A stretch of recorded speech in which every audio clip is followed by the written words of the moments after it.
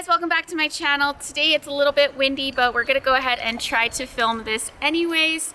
Today in this video, I'm gonna show you my feeding routine for my horses. So I'm gonna show you their grain, all of their supplements, explain what each one is, why I feed that, and I'll also be showing you their hay and stuff like that. Basically everything that they eat on a daily basis.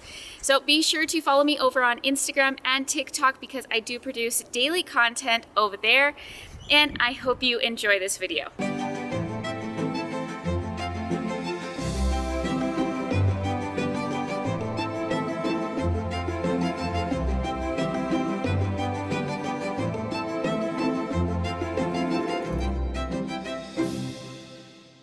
So one of the main parts of this video is going to be me going over their grain because that is probably the most complicated, interesting, and also the biggest topic in this because their hay, which I'm going to show at the end, is a little bit more simple.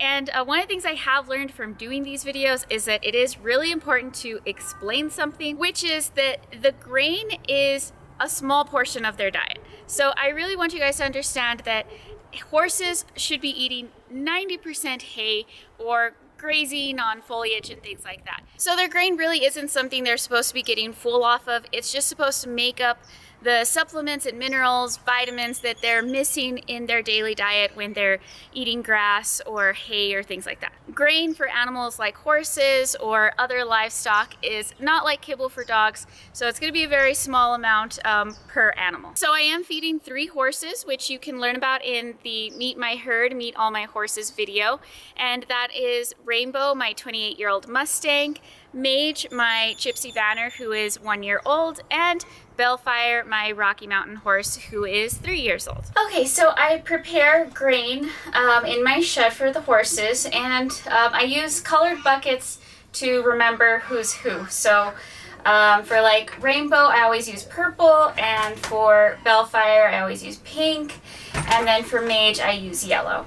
And that way I know who's who once I actually get out to their stalls. For each of the 3 horses, I feed about 2 pounds of Nutrina Special Care. I really like this food because it is low in sugar, low in starches, which is all really good for most horses in general, honestly, but especially these breeds. They're very easy keepers.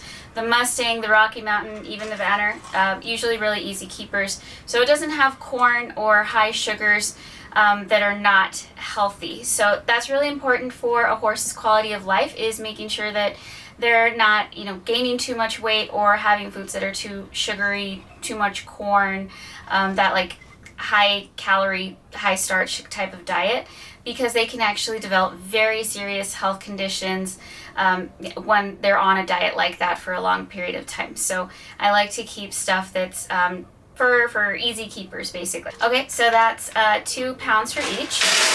The next thing on the list is that I feed a pound of Pro Elite Top Line Advantage.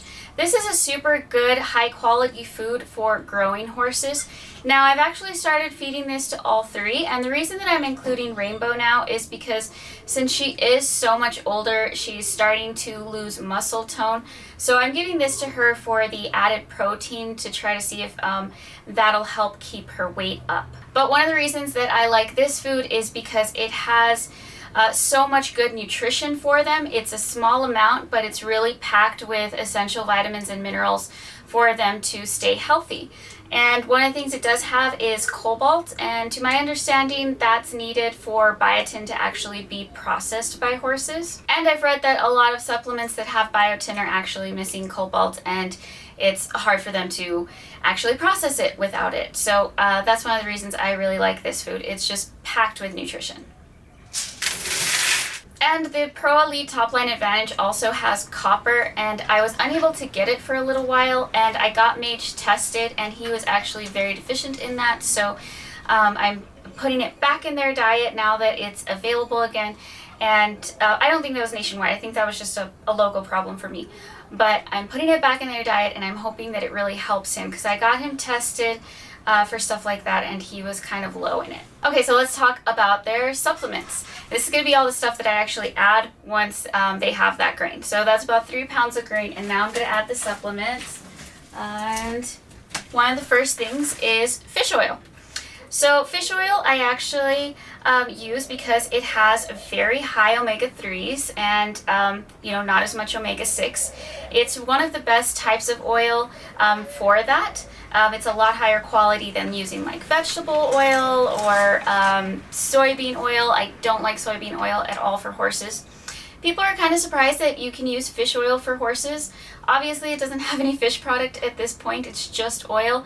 But you might be surprised to know that Icelandic horses are actually fed dehydrated fish during the winter as a major part of their diet, which they seem to do really well on. So I give them about 5 to 6 pumps of fish oil. Now, I don't give the fish oil to Mage, I just give it to the other two. Like I said, I did have Mage tested for intolerances, and it turned out that he was actually intolerant to fish oil, so I'm supplementing him with a different type of oil. But I went through the list to see like things that he's sensitive to, and I'm trying to work that out with his diet because he's often really itchy, and that's a sign of intolerances. I got Mage tested with 5-strand affordable allergy, and if you guys have been watching for a while, you know that this is just one of my favorite companies because it has benefited my animals so much. And you can see some of my other videos about how my dogs' lives have been completely changed by it, so now I'm trying it out for Mage. And you can look at the link down below. I also have a discount code for them. Just absolutely love working with affordable allergy. It is so beneficial. And it's not just for animals, it's for humans, for dogs, cats, and horses. So check it out at the link below. And then the next thing I do is I add an ounce of apple cider vinegar to all of their food.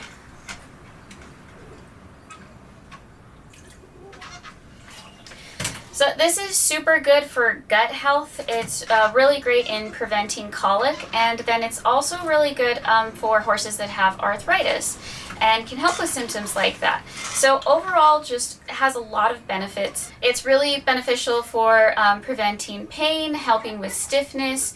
And Rainbow actually really likes the taste of the apple cider vinegar, so if she gets a little bit extra, that's okay. Mage is not super fond of the taste of it, so I try to really make sure that I'm not giving him more than an ounce in his food, but it's still really beneficial. So I like to use it anything to prevent colic, which we will talk more about in a minute.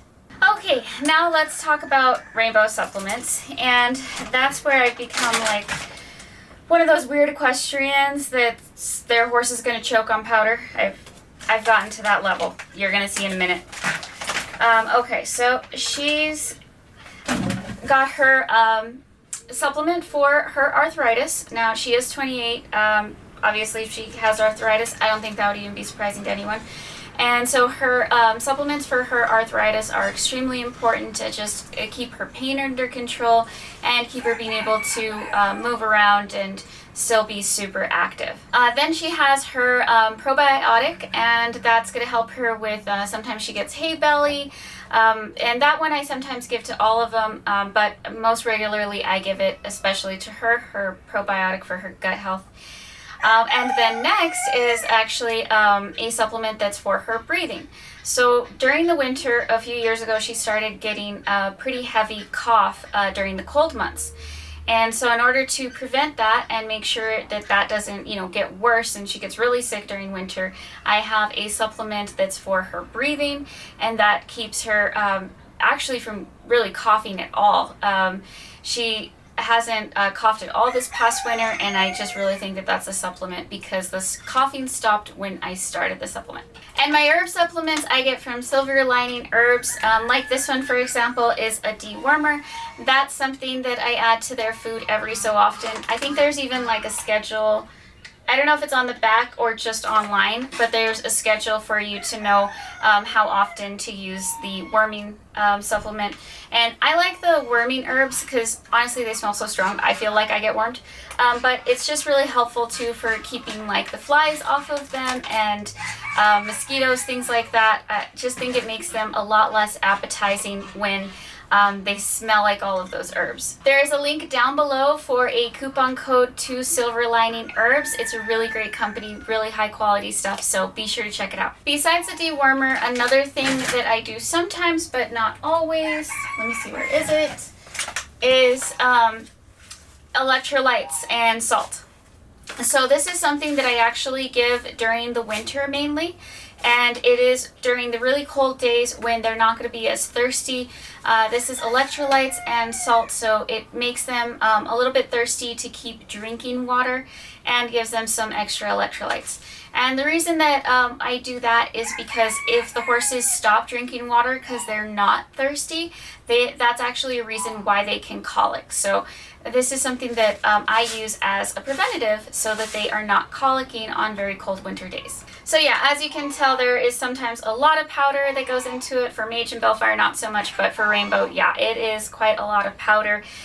She is older. She's got a lot of health issues, obviously, because of her age. So there's just different things that I need to be able to manage that for her. But something that I add to it to kind of help with all of that. So even if you aren't putting powder, this is really helpful if you are putting powder, is aloe vera juice. And the grain is a lot better for horses, tastier. If it's actually moistened first, it's easier to eat. I think people even say that it prevents choking, but I haven't really seen that issue. But I put about half a cup of this into their food. If I'm giving them a little extra food, like let's say it's a cold day and I'm adding oats, then I'll probably do a full cup. But about half a cup really moistens it up. And you don't have to do aloe vera juice. You can do water. That's fine too. I just prefer the aloe vera. Okay. And then just kind of spread that around, and then I will mix it up. Now you do have to make sure that you find 100% aloe vera juice.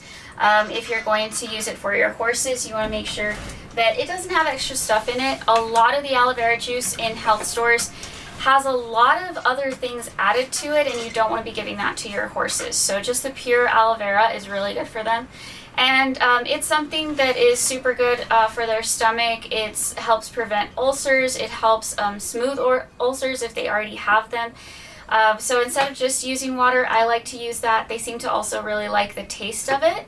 So that makes it, appetizing for them. And there's said to be a lot of health benefits from aloe vera. So I think it's just something that's, not going to harm them to add a little extra, and hopefully you can get some really good benefits out of it. I try to teach my horses to back up when they want food. Bellfire is actually really good at this, and it's very helpful because if he wants something, he tends to back away instead of pushing forward, which is what most horses would do naturally, causing a potentially dangerous situation. During my feeding routine, I have also learned that some things that I like don't always work for the horses. I really like these square pink buckets for grain, but Mage hates them. I tried different things and was able to find that he likes a large open feeder on the ground. I'll also use things like CBD, garlic powder, turmeric. Those are things that I add in every now and then, and it really mainly depends on the situation. CBD is great for pain and stress. Garlic powder is for preventing parasites and keeping off flies and mosquitoes. And turmeric does the same thing, but it's also good for inflammation and pain. And then that's pretty much their grain routine. Now for feeding them the majority of their diet, I actually use very little alfalfa. That's something that I save for cold days. Even to gain weight or for young horses growing, I don't think that it's that necessary and can really even make them grow too fast, which causes a lot of negative side effects. What they eat all of the time is usually Bermuda grass. During the summer, they graze 24/7 on Bermuda, and I actually don't give them any hay during that time. And then in the winter, when the grass is not there, they do have access to hay 24/7, which is usually Bermuda hay. We do also do things like orchard or other types of grasses as well, but Bermuda is usually what I have access to, and it's a really good quality horse hay.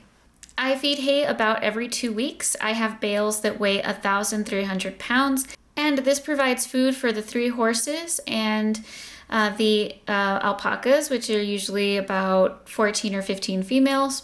And if the horses are going to be kept in their stalls, then they do get hay nets that will last the whole day, because horses do need access to food 24/7, and they should really never be without food.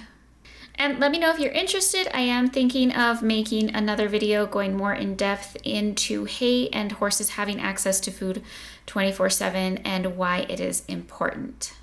And that's basically my feeding routine. So I hope you guys enjoyed this video. Please leave comments down below letting me know what other topics you would like to see covered in my videos. And I will see you next time. Bye.